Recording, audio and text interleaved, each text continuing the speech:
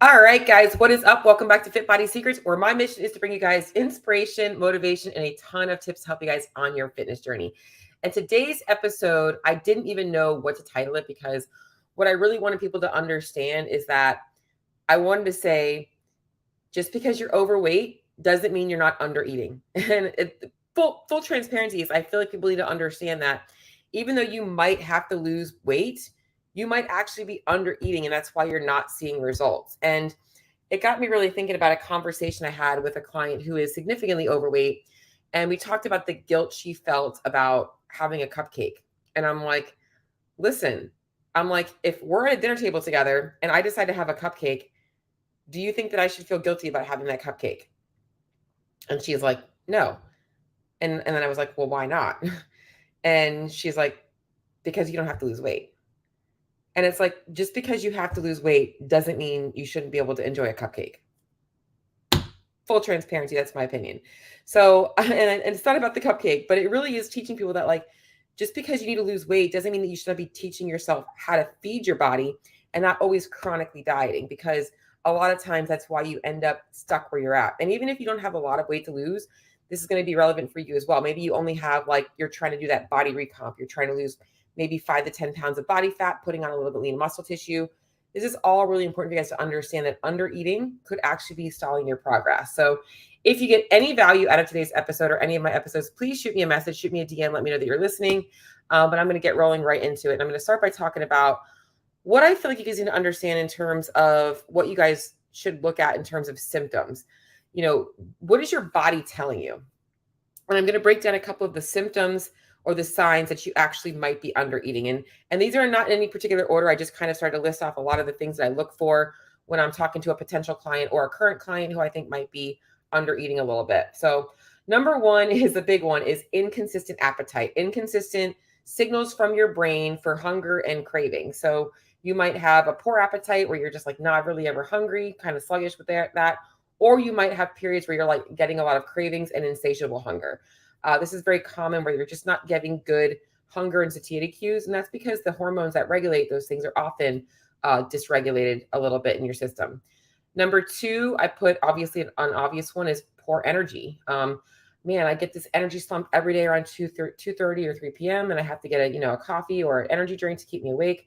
Or I'm reaching for the M&Ms in the candy jar. This is another symptom that you might be under eating. Number three is being more injury prone or having poor recovery. If you are in the gym and you find that you're always getting injured, or you just find that like every workout seems to really tax you, that you just can't recover. Maybe you leave the gym and you have to go to a full-time job and you're literally like tired all day after your workout. This is a sign that you're under eating. Lack of progress in the gym. So you're not building muscle, even though you're like lifting heavy, or maybe the strength isn't coming along like it should be. You're watching all of your friends setting PRs and you're still lifting the same weight every single week. Another one is lack of mental focus. You're having a hard time thinking throughout your day. Maybe you're thinking, but like things are moving a little bit slower. Maybe you feel a little bit foggy headed. Your eyes are a little puffy. You just feel a little tired throughout your day. And it's not really necessarily tired or fatigue. It's just, you feel a little bit like not really all there mentally. Even your mood swings, your irritability, your ability to handle stress of your day. You might be, hypersensitive to things that you normally aren't sensitive to.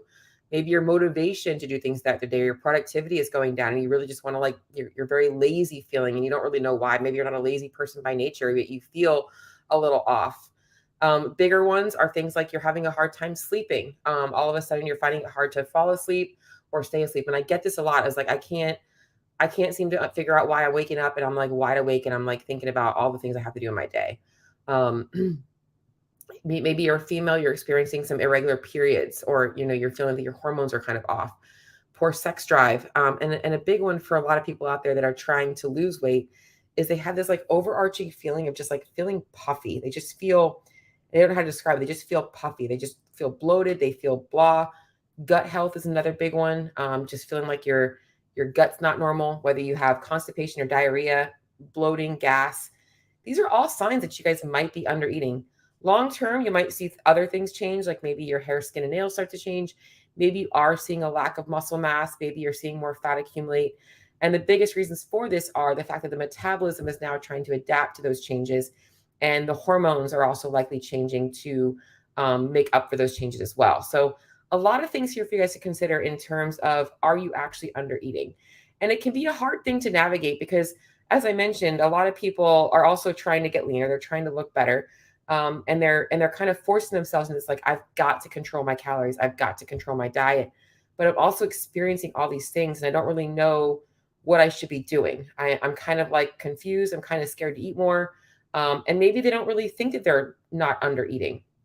And so I want to go over, more importantly today, essentially the different types of under eating and how to troubleshoot which one you might be experiencing.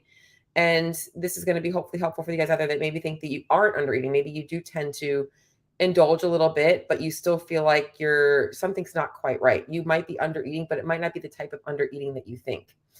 So first of all, let's go into, what does the calculator say? And this is the common sense thing. Guys, go online. There's a gazillion places out there. Just type in Mifflin St. George and type in your age, height, weight, and it's going to give you out your basal metabolic rate. Your basal metabolic rate is essentially what your body's needs are at rest. Now, this isn't going to be 100% accurate because obviously it doesn't take into consideration how much lean muscle tissue you have. Leaner individuals are going to have a higher metabolic rate. So if you have a lot more muscle mass on you, you're going to have a little bit higher metabolic rate. So having your actual body fat percentage does sometimes help with that. And it doesn't also make up for, other things that might be going on in your life. So how your body is responding, the metabolic changes. And then your total daily energy expenditure, it'll actually usually ask you, like, what is your activity like? How much are you working out? What is your, type of work do you do? You can get a pretty rough estimate there in a ballpark figure of within 200 calories or so where you are from a day-to-day basis. So when you have those numbers, that gives you an idea of, okay, this is how much my body needs to sustain where I'm at right now with my current activity level. Now, if you know that your daily activity level is, not very consistent. So if you're at the gym 5 days a week for 2 weeks and then you're not at the gym for 6 weeks, I would go with the more sedentary one because your body does, take time to adapt to those changes. So don't overestimate there. Make sure that you're kind of being a little bit conservative, just if you want to be safe, because a lot of people that are under eating are also kind of metabolically adapted. I'm going to go into that a little bit more in a second. So first off, you want to know kind of like, where you should be in terms of maintaining weight. That's from a calorie perspective. But now let's talk about where this is going to be relevant in terms of getting you guys to understand how to assess and address this issue, is the different types of under eating. Okay. You can be under eating calories, but actually eating very clean, high quality, high protein diets. This is very common with people out there that are maybe from a clean eating background, maybe a bodybuilding background, maybe they just have an overemphasis on the right types of things. They know what they should be doing, but they're not eating enough. Okay, so they typically do get enough protein in their diet. They probably do get enough nutrients from like vegetables and things like that. But their overall caloric intake from the macronutrients, carbohydrates and fats, is often usually very low. And they're living on somewhere around, 1,000 to 1,200 calories a day. And they do get enough protein in. These individuals often do look somewhat lean, but they're also experiencing a lot of those same issues. They also might be doing this the majority of the time, but not recognizing that, like, it's leading them to overindulge on the weekends. And they tend to have a couple of drinks, get a little bit loose. Maybe they start to overconsume some foods that they usually wouldn't eat throughout their regular day. And this is where we can see that fat accumulation start to happen, or they're starting to lose that leanness. Number two is you could be under eating calories and under eating nutrients. And this is a very common one as well. I'm going to take a quick sip of my drink, guys. Okay, this is probably more common, is people that have a very busy lifestyle. And I see this a lot in very sedentary populations, is that they're kind of like, they don't get any hunger and satiety cues. They're maybe eating like one meal a day and it's super highly processed. It's like a donut for breakfast, and then like they skip lunch. They might have a coffee with like some kind of sweetened, sugar in there. And then like dinner's like a small plate of pasta, like just not eating enough calories and not getting in enough nutrients. And these people often experience a lot of, in fact, this is probably first versus the first one. This one, you're probably going to get a lot more of the long-term negative effects of, because at least when you have an emphasis on the higher quality stuff, you are getting some nutrients. With these people, they are nutrient void and calorie void. So a lot of the things that your body does need those nutrients for, the body's not getting. So they'll see a lot of the long-term symptoms like poor thyroid function and all those things, which can also happen with the first population, but um, the hair, skin, and nails, the gut, the hormones, all that stuff as well. So those are the two main types of under eating that I feel like people need to be aware of, is that, you can be eating 1,000 calories a day. And the bottom line is you can be eating 1,000 calories a day from chicken and broccoli, or 1,000 calories a day from gummy bears. And your body's going to still be underfed, but eating very different nutrients. So either way, they need to be eating more. But one's focus should be first on, like, let's get you eating the right things first, getting that protein number up, and then we'll bring calories up. Now let's talk about a different case scenario. So a lot of times people are like, I don't think I'm eating enough. And they might actually be getting in enough calories, but they're not getting in enough nutrients. This is kind of like my second population that I talked about. They're under eating calories, but consuming mostly processed foods. Oftentimes people are overeating calories and they're under eating nutrients. So they don't even realize how many calories they're eating because the food is very processed. It's higher, it's more dense. And so the calorie content for small amounts isn't quite enough to satiate. So they end up overindulging a little bit. However, these people are also underfed. So you can be overeating and actually be underfed, because even though this person might be overeating, they're not getting in enough nutrients. So they're over consuming calories from carbohydrates and fats, a lot of those hyperpalatable foods, while they are under eating nutrients from things like protein, veggies, and fiber. So this person needs more of likely probably a little bit of a little bit less calories, but a little bit more of a focus on the nutrients. That's why I think it's important to understand that underfeeding isn't just a calorie equation, that there's other pieces of it. And the last one that I put down here is that you can be overeating calories and actually under eating food volume. And this is kind of, a spin-off of that second one, or the one that I just mentioned, is that, like, you just might not ever feel satiated because the foods that you're eating are so calorically dense that you're figuring out why you're never hungry, or why you're always hungry. You might actually need to eat more food volume, which comes from, once again, cleaning up food quality. So very similar to that as well. So the main thing that I want you guys to understand is that you can be under eating and actually be getting too many calories. And you might be under eating and you might actually just have to change your macronutrients. There's just different ways to look at it. It's not just this one size fits all, that if you're eating enough calories, it's okay. That there's other components of your nutrition that need to be addressed. So going back to that calorie calculator and trying to figure out where you're at is, all right, first of all, let's start by taking an assessment of your current diet and figure out where you might fall into the spectrum. Okay, so the first thing that you're going to do, if you're looking to actually figure out, one, do I need to be eating more, or do I need to dial in my types of foods that I'm eating, or all those things, we're going to assess your diet. And I actually put the first step here is to honestly take yourself seriously. Okay, take this process seriously. If you've been struggling with figuring this out for a long time, take 4 to 6 weeks right now and be like, I'm going to rip the Band-Aid off and I'm going to say, I'm going to put this to work and see if I can't get things figured out. So number one is get a food scale and start tracking your food in an app. I say an app, you can totally use pen and paper, but the app is going to make it that much easier for you guys.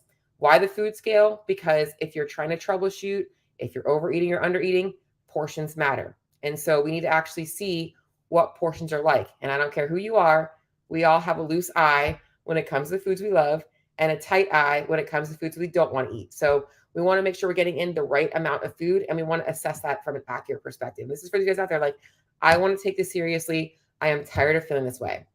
So track everything you eat for 7 days.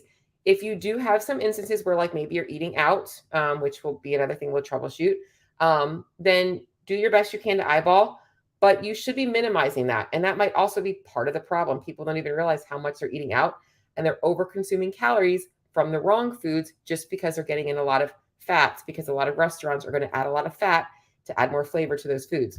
So trying to calculate everything you can for 7 days, like get an audit of what you're eating. Also, if you can do one better, try and pay attention to your biofeedback. How do you feel every day? Like, you're like, man, I'm getting an energy slump. What did I have for lunch? Oh, I had a bowl of soup and that was it.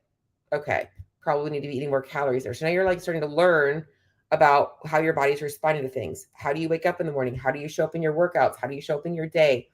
Maybe tracking changes in that kinds of stuff, or not the changes right now, but tracking how your food is affecting the way you're feeling throughout the day. Step 3. All right. So you're taking yourself seriously. You got your food scale, you got your MyFitnessPal app or whatever app you're using. You're tracking your food for 7 days and you've got this audit to review. Okay. We're going to review a few things. First thing we're going to review is your overall calorie intake. How many calories are you taking in? Look at every single day.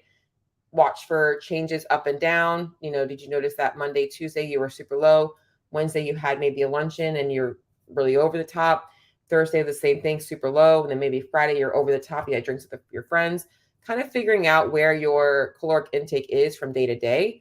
And then step 2 is you're going to look at the macronutrient component of those meals or of those days. So how much protein are you getting in regularly every single day?